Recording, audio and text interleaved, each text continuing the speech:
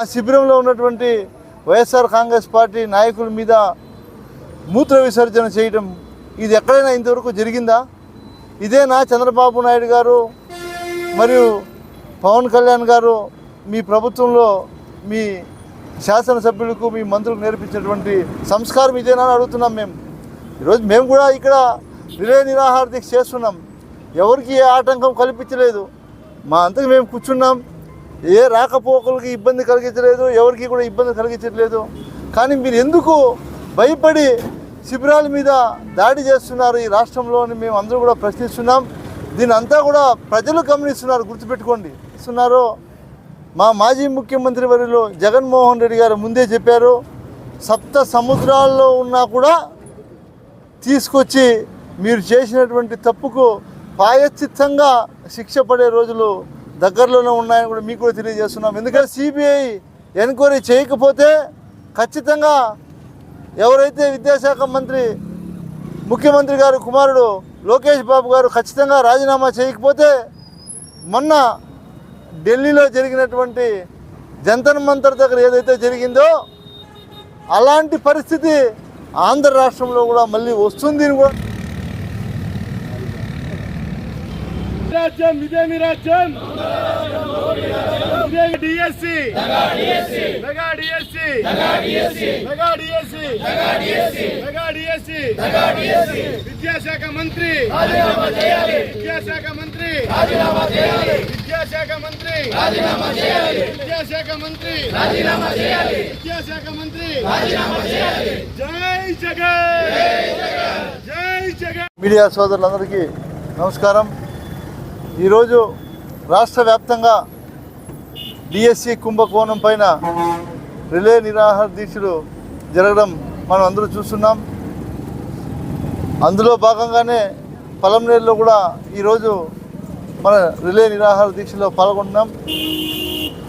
ఏదైతే ఆంధ్ర రాష్ట్రంలో డిఎస్సిలో జరిగినటువంటి కుంభకోణం, ఆ కుంభకోణం జరిగిందని ఆంధ్ర రాష్ట్ర ప్రజలందరూ కూడా చెప్తున్నారు. కానీ ఈ ఆంధ్ర రాష్ట్ర ప్రభుత్వం, రాష్ట్ర ముఖ్యమంత్రి వర్యులు చంద్రబాబు నాయుడు గారు మరియు ఆయన కుమారుడు విద్యాశాఖ మంత్రి నిమ్మకు నీరెత్తినట్టుగా ఏది పట్టించుకోకుండా చేసినటువంటి కుంభకోణాన్ని ఈరోజు సిబిఐ దర్యాప్తు జరపాలని మేము అందరం కూడా వైఎస్ఆర్ కాంగ్రెస్ పార్టీ నాయకులు అందరూ కూడా ఈ రాష్ట్ర వ్యాప్తంగా ఏదైతే వైఎస్ఆర్ కాంగ్రెస్ పార్టీ అధ్యక్షుడు జగన్మోహన్ రెడ్డి గారు పిలుపునిచ్చారో అదేవిధంగా రాష్ట్ర వ్యాప్తంగా మా డిమాండ్ ఒక్కటే, విద్యాశాఖ మంత్రి రాజీనామా చేయాలి. దీని మీద సిబిఐ ఎంక్వైరీ జరగాలి.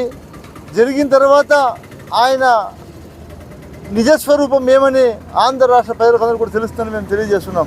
ఎందుకంటే ఇంత చేసి కూడా ఇప్పటికీ కూడా ఇన్ని నిరాహార దీక్షలు ఇంతమంది రోడ్డున పడినా కూడా ప్రభుత్వం ఏది కూడా పట్టించుకోకపోవడం చాలా దుర్మార్గమైనటువంటి పరిస్థితిగా ఈ ఆంధ్ర రాష్ట్ర ప్రజలందరూ కూడా చూస్తున్నారు.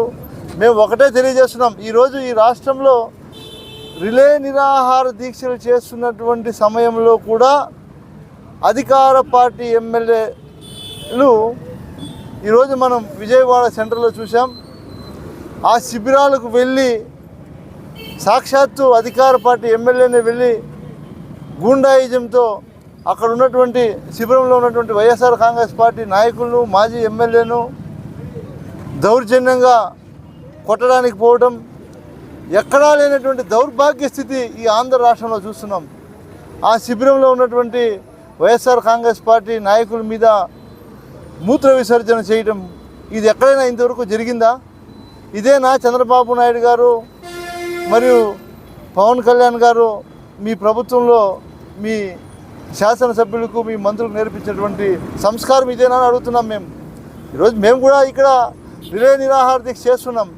ఎవరికి ఏ ఆటంకం కల్పించలేదు. మా అంతకు మేము కూర్చున్నాం. ఏ రాకపోకలకి ఇబ్బంది కలిగించలేదు, ఎవరికి కూడా ఇబ్బంది కలిగించట్లేదు. కానీ మీరు ఎందుకు భయపడి శిబిరాల మీద దాడి చేస్తున్నారు ఈ రాష్ట్రంలో అని మేము అందరూ కూడా ప్రశ్నిస్తున్నాం. దీని అంతా కూడా ప్రజలు గమనిస్తున్నారు. గుర్తుపెట్టుకోండి.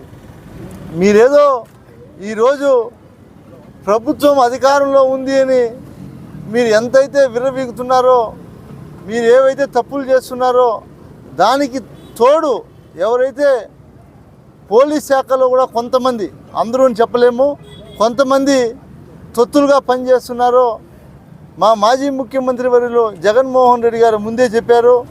సప్త సముద్రాల్లో ఉన్నా కూడా తీసుకొచ్చి మీరు చేసినటువంటి తప్పుకు ప్రాయశ్చిత్తంగా శిక్ష పడే రోజులు దగ్గరలోనే ఉన్నాయని కూడా మీకు కూడా తెలియజేస్తున్నాం. ఎందుకంటే మీ పని మీరు చేయండి, మీరు అధికారులు.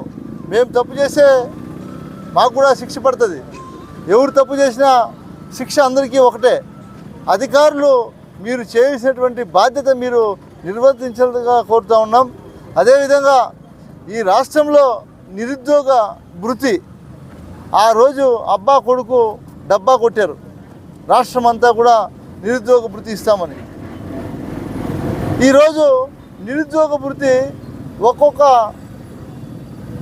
నిరుద్యోగుడికి ఎంత ఇవ్వాలో లెక్కేసుకుంటే దాదాపు ఈ 30 నెలల్లో 3,000 ఇంటూ 30 నెలలు దాదాపు ఒక్కొక్కరికి 90,000 ఇవ్వాల్సి వస్తుంది.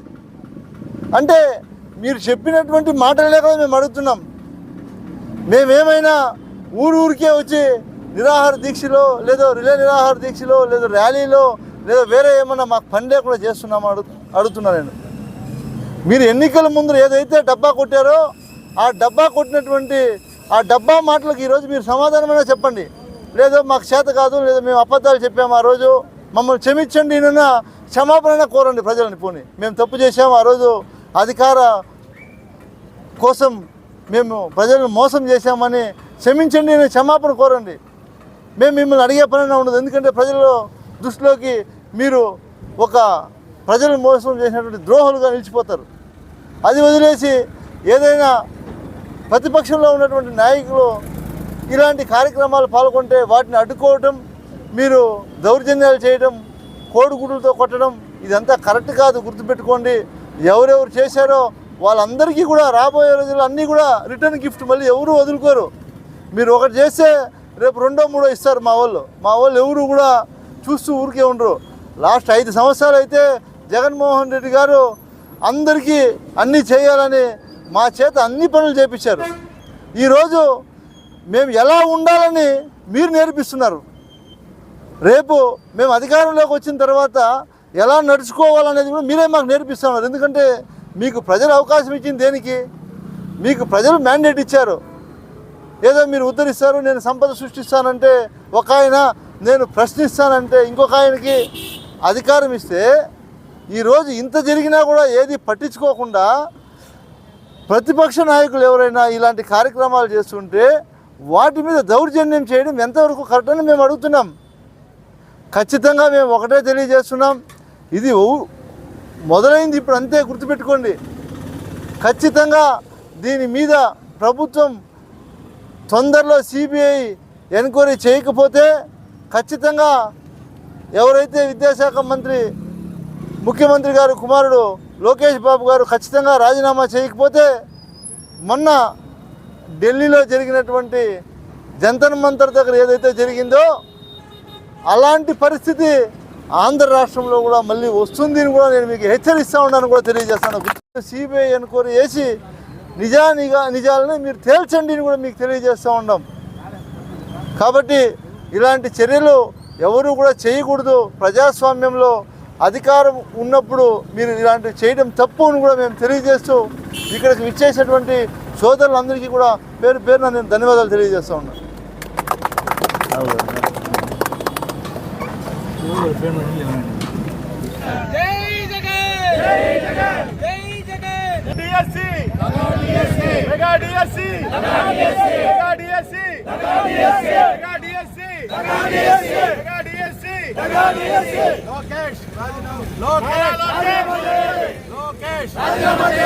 విద్యాశాఖ మంత్రి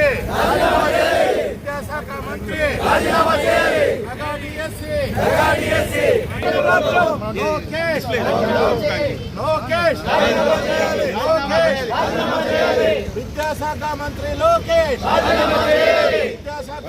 లోకేష్